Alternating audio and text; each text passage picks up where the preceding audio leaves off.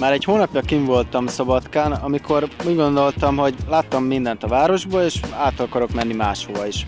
Hát úgy gondoltam, először közelebbre megyek, az volt Novi Sad, de hát kicsit elcsúsztak a dolgok, én szombat reggel akartam indulni, és péntek éjfélkor kaptam az SMS-t, hát hogy mégsem mehetek. Kicsit felhúztam magam, és azt gondoltam, hogy na hát akkor most így az, amikor én kezembe veszem a dolgokat. Úgyhogy elkértem az ottani tréniknek a Facebook elérhetőségét, felvettem őket havernak, megbeszéltük a dolgot, nagyon kedvesek voltak. Úgyhogy következő szombaton fel is ültem vonatra, és át is mentem oda.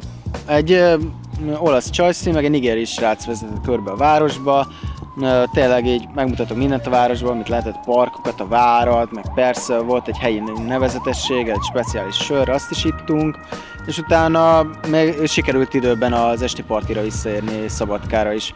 De hát így jól sikerült a dolog összességem, és annyira jól, hogy sikerült őket meggyőznöm, hogy másnap jöjjenek vissza Szabadkára. Úgyhogy akkor mi vezettük ott körbe őket, a városban, meg mellette van egy tó, ott is így vízibicikliztünk egyébként, és ott annyira megszerették ők a Szabadkát, hogy amikor jöttek új trénik ugyanabba a városba, de még egy-kettő ott maradt, akkor mondjuk nem Belgrádban, mondjuk ami logikus lenne esetleg, hogy az a legnagyobb város, és még közelebb is van egyébként Novi Sadhoz, hogy oda mentek el, hanem Szabadkára jöttek az ottaniakhoz körülnézni és röpladázni, mit tudom én.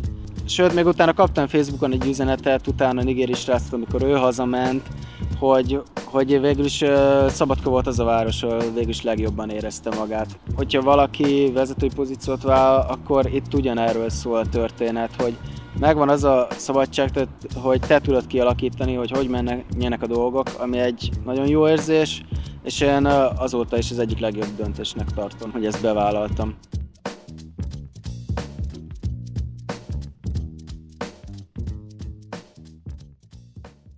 Hogy